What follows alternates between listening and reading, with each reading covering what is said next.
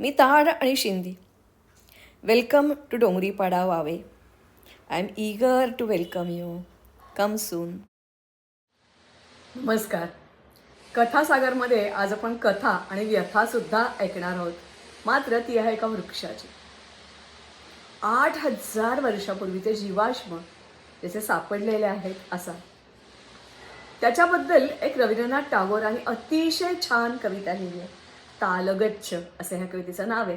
मात्र ही जी कविता आहे ही कविता म्हणजे मानवी स्वभाव आणि हा ताडवृक्ष किंवा ताड गोळ्यांचं झाड तर साम्य दाखवणारं ही कविता आहे. आपण कसं सकारात्मक परिस्थिती असेल तर उंच उंच हवेत आपल्या स्वप्नांचे हिमले बांधतो आणि मग ज्या वेळेला प्रतिकूल परिस्थिती येते तेव्हा आपल्याला जाणीव होते की आपली रूट्स ही जमिनीत आहेत. तसंच ह्या ताडवृक्षाबद्दल बोलताना हे रवींद्रनाथ गुरुदेव असं म्हणतात की सर्वात उंच आहे मी, सर्वात उंच. ढगासारखे उंच उंच उडायचे आहे. ढगांवर स्वार होऊन आभाळाला भिडायचे आहे. पानांचे पंख लेवून आकाशात विहरायचे आहे. पानांचे पंख लेवून आकाशात विहरायचे आहे.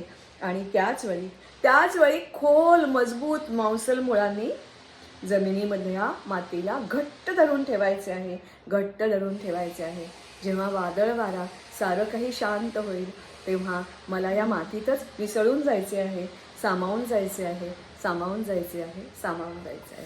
तर असा हा अतिप्राचीन आणि प्रत्येक धर्म संस्कृतीमध्ये योग्य मानला गेलेला, पूजनीय मानला गेलेला असा हा वृक्ष. एक छोटीशी झलक आणि मग बाकीची माहिती. आज आपण ज्याच्याविषयी बोलणार आहोत तोच हा ताडवृक्ष.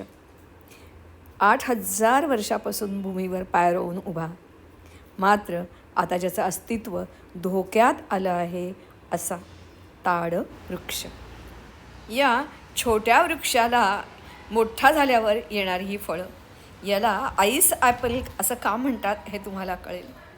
अर्थातच हा अतिशय गोड असा फळ आणि ह्याला डिव्हाइन ट्री असंही म्हणतात. अक्षरशः शेकडोंच्या संख्येने याला ही फळं येतात. अर्थातच मी तुम्हाला म्हटलं तसं की ह्याच्या खाचामध्ये असंख्य पक्षी वास करत असतात. हे आत फळ कापलं जातं आणि त्याच्या 3 शंकराच्या डोळ्यांसारखे जणू काही हे 3 फळं असतात. असं हे पामचं फ्रूट जे विकायला येतं आणि आपण आवडीने विकत घेतो ते आईस ॲपल. तेव्हा असा हा ताडवृक्ष ॲरेकेसी या जमातीतला. जवळजवळ 2,000 एवढ्या याच्या प्रजाती आहेत. आपल्याकडे आढळणारी शिंदीची झाडं, ताड, माड, खजूर ही सगळी याच जमातीची, याच जातीची, समुद्रकिनारी साधारणपणे वाढणारी अतिउंच आणि दीर्घायुषी झाडं. काही झाडांचं वय तर 100, 125, 150 वर्षापर्यंत असल्याचं आढळलेलं आहे. सगळ्यात महत्त्वाचं म्हणजे नारळ नव्हे पण ताड वृक्ष मात्र त्याचा बुंधा जाड असतो. त्यामुळे कितीही ऊन वारा पाऊस येऊन दे पडत नाही, डगमगत नाही, ताठ उभी राहतात अशी ही ताडवृक्ष. त्याची मुळं खूप खूप खोलवर जातात आणि त्यामुळेच याला दीर्घतरू, तृष्णाराज, लेख्यापत्र, ताल अशी अनेक नावं प्रसिद्ध आहेत. एवढंच नव्हे तर अति उंच आणि सरळ वाढणारं खोड, फांद्या नसलेलं हे याचं वैशिष्ट्य. आणि टोकाला मात्र एखादा मुकुट लेवावा असा पानांचा झुपका, गोलाकार. महाभारताच्या काळामध्ये, महाभारताच्या युद्धामध्ये भीष्म आणि त्याचबरोबर बलराम या दोघांच्याही रथावर विराजमान होता हाच वृक्ष. रोमन लोक झेंड्यासारखा ह्याचा वापर करीत आणि विजय प्राप्त झाल्याचं प्रतीक म्हणून या झाडाची मिरवणूक काढत. म्यानमार म्हणजेच आताचा आपला ब्रह्मदेश शेजारचा वृक्ष, याला हे कल्पवृक्ष असं म्हणतात. याच्यावर अनेक कविता, कोट्स, गोष्टी या ब्राह्मी लोकांनी लिहिलेल्या आढळतात. सगळ्यांना तुम्हाला माहिती आहे की सर्वात जगातलं मोठं मंदिर अर्थात ते तुम्हाला अंकोरवट, या अंकोरवटाच्या आसपास असंख्य हे वृक्ष दिसतात. जपानमध्ये जो हँडफॅन आहे तो हँडफॅन आणि याची पानं जणू काही या पानांवरूनच हँडफॅन उचललेला आहे असं वाटावं. पूर्वी बुद्ध भिक्षू जेव्हा पाया चप्पल नाही पुन्हा तानात हिंडत असत तेव्हा याच झाडाची पानं छत्रीसारखी वापरत असत.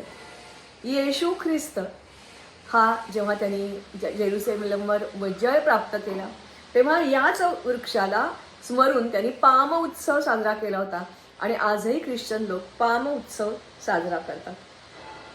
तामिळनाडूमध्ये हा अतिशय प्रिय असा वृक्ष मानला जातो. तालवासिनी देवी इथे निवास करते, तालवासिनी देवी इथे निवास करते असा यांचा समज आहे. त्याचप्रमाणे दक्षिण भारत, बंगाल या ठिकाणी विविध पदार्थ पानांपासून, ताडीपासून, वाडीपासून, नीरेपासून आणि ताडगोळ्यापासून सुद्धा मिठाई सुद्धा बनवली जाते. याला काही वेळेला काही झाडांना फक्त फळं येतात, काहींना फक्त फुलं येतात. त्याचप्रमाणे मेसोपोटेमिया या ठिकाणी इनाडा नावाची देवी या वृक्षामध्ये वास करते असं त्यांचं म्हणणं आहे. इंडोनेशियामध्ये आजही याच्या पानावर प्रक्रिया केली जाते आणि त्याचं पान वापरलं जातं लेखन करण्यासाठी. एका पानापासून 4 फुलस्केप कागद सहज तयार होतात, एवढं याचं पान असतं.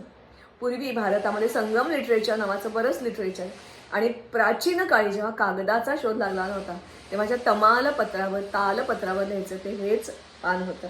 याचे अवशेष आजही दक्षिण भारतात भरपूर मिळतात.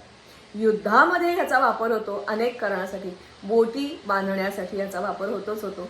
त्याचप्रमाणे तुम्हाला सगळ्यांना माहिती आहे की हा खूप उंच असतो, त्या दमदमे ज्याला म्हणतात ते बांधणं, म्हणजे उंचावर जाऊन जेव्हा एखादी तोफ किंवा हे चढवायचं असतं, हल्ला करायचा असतो, तेव्हा दमदमे बांधण्यासाठी सुद्धा ह्याचा उपयोग होतो. त्याचबरोबर राणी अबक्का सर्वांना माहिती आहे, पोर्तुगीजांना 7 वेळा हरवणारी राणी, तिने जे फायर आर्म वापरलेले होते, भारतातले खास फायर आर्म्स, ते याच झाडाच्या वृक्षापासून बनवलेले होते. सगळ्यात महत्त्वाचं म्हणजे या झाडाला कच्चे असतात आणि त्याच्यामध्ये असंख्य शेकडो, ज्याची गणतीही केली गेलेली नाही आहे, असे अनेक छोटे छोटे कीटक, भुंगे आणि पक्षी असे हे छोटे सगळे वास करत असतात. मी म्हटलं तसं की याला काही जण नर वृक्ष असतात, काही मादी वृक्ष असतात. पावसाळ्यात साधारणपणे ह्याची फळं रुजतात आणि जमिनीमध्ये उगवतात. गंमत म्हणजे सध्या मात्र हा वृक्ष धोक्यात आलाय. काही राज्यामध्ये याच्या कटाईवर बंदी आणलेली आहे आणि सगळ्यात महत्त्वाचं म्हणजे 1996 हा वृक्ष पृथ्वीवरून नष्ट होऊ नये म्हणून विश्व संरक्षण संघ यांनी मोहीम सुरू केली, ताड वाचवा म्हणून. त्याचप्रमाणे ज्यांना ह्याचं महत्त्व कळलं असे केरळचे आता मात्र मुंबईत जे स्थिर झालेले आहेत, यांनी त्याला रेव गॉड सॅम्युल्सन असं यांचं नाव आहे. यांनी मुळी पणच केल्या की मुंबईचं प्रदूषण किंवा मुंबईतलं एकूण जे हवा जी काय आहे तिची पातळी जर उंचावायची असेल तर 1,00,000 ताडवृक्ष लावायचं. त्याला काही स्वयंसेवकही मिळाले आणि ते जागोजागी जाऊन ताडगोळ्यांच्या बिया गोळा करतात याच्यापासून वृक्ष बनवण्यासाठी. कारण काय बरं, तर एक तर ह्याला जागा खूप कमी लागते, खड्डा खूप खोलावा लागतो असं नाही. दुसरी गोष्ट, सुरुवातीला जरा हळू वाढतं, मग मात्र वेगाने वाढतं, पाणी कमी लागतं, खूप देखभाल करावी लागते असं नाही, रोगराईला बळी पडत नाही. आणि सगळ्यात महत्त्वाचं, जमिनीत याची मुळं खोल शिरतात, त्यामुळे अर्थातच पाणी रिटेन करण्यासाठी याचा उपयोग होतो.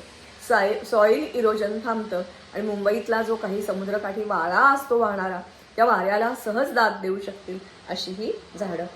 मात्र हे एकटेच फक्त याच्या मागे लागलेत असं नाही, तर इतरही काही संस्था आहेत. कारण याचा उपयोग काय आहे हे सिद्ध करण्यासाठी त्यांच्या घरात सारं फर्निचर, कपाट, टेबल जे काही आहे, सजावटीच्या वस्तू, या सगळ्या या ताडवृक्षापासून यांनी बनवलेल्या आहेत. जसे हे केरळचे सर काम करतात, त्याचप्रमाणे दिल्लीचे डॉक्टर मनीष सिंह सुद्धा खाजकुजली, पोटदुखी, डोळ्यांचे विकार, मानसिक स्वास्थ्य याच्यावर याचा कसा उपयोग होईल याच्यावर संशोधन करतात.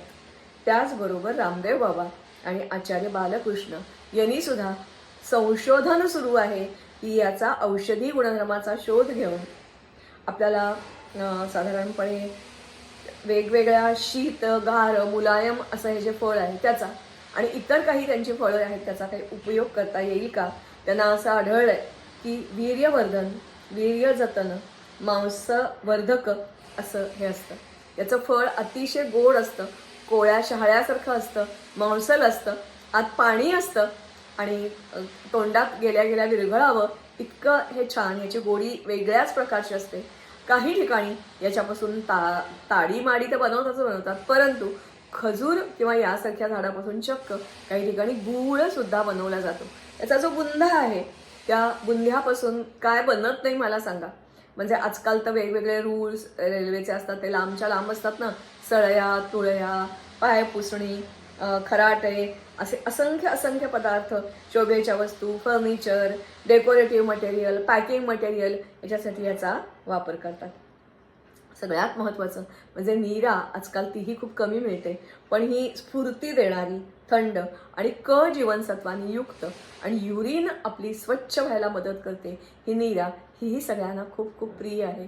मात्र काही वेळेला ही जर जास्ती वेळ राहिली तर ती आंबते, त्याच्यापासून ताडी तयार होते, दारूसारखा पदार्थ तयार होतो, त्याच्यापासून झिंग येते. मात्र ह्याच्यामध्ये काय औषधी गुणधर्म आणि त्याचा कसं कन्व्हर्ट करून आपल्याला उपयोग करता येईल यासाठी वर सांगितलेले हे सगळेजण ह्याला मदत करत आहेत. संशोधन सुरू आहे. मला वाटतं की भारतामध्येच नव्हे तर परदेशात इंग्लिशमध्ये, मराठीमध्ये मला फारसं गाणी वगैरे मिळाली नाही, पण इंग्लिशमध्ये कितीतरी कोट्सच कोट मिळाले. उदाहरणार्थ a palm tree has a roots in the soil but reaches to the sky, किंवा life is better with palm, the wild and free like palm.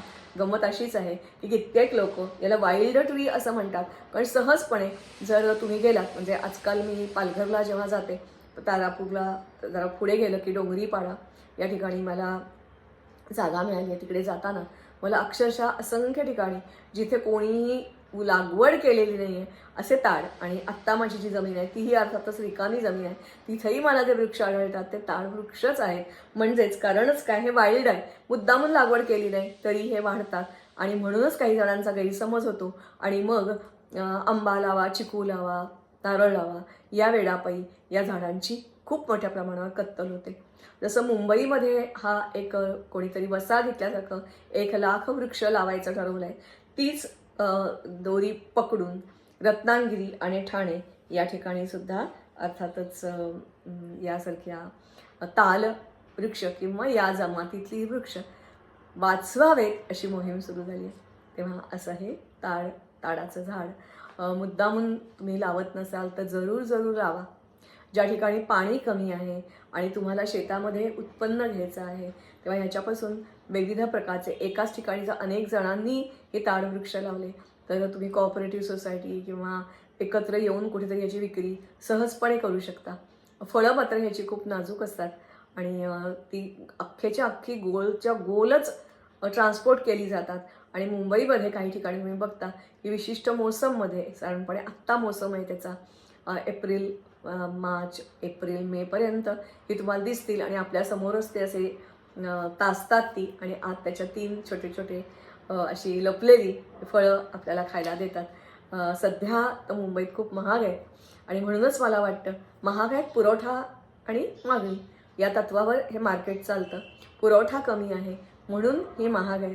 काही ठिकाणी तर ते विकायला आले की तासा 2 तासात ताडगोळे संपून जातात. तेव्हा मला मुंबईच्या आसपास ज्या अशा रिकाम्या जागा आहेत, ज्या ठिकाणी पाणी कमी आहे, जरूर ताड लावा. आणि इथे मी हे ताड पुराण संपवते. हेतू फक्त एवढाच आहे की वृक्ष संवर्धन करा, वृक्षावर कविता लिहा, गाणं लिहा, असं म्हणून वृक्ष वाचणार नाही आहेत, तर तुमच्या मनासारख्या प्रत्येकाला या वृक्षांचं महत्त्व, अक्षरशः लाख मोलाचा हा वृक्ष आहे, या वृक्षाचं जतन आपण करूया आणि निसर्गाला देणाऱ्या अशा या ताडवृक्षाला आपण भरभरून जीवनदान देऊया. नमस्कार आणि धन्यवाद.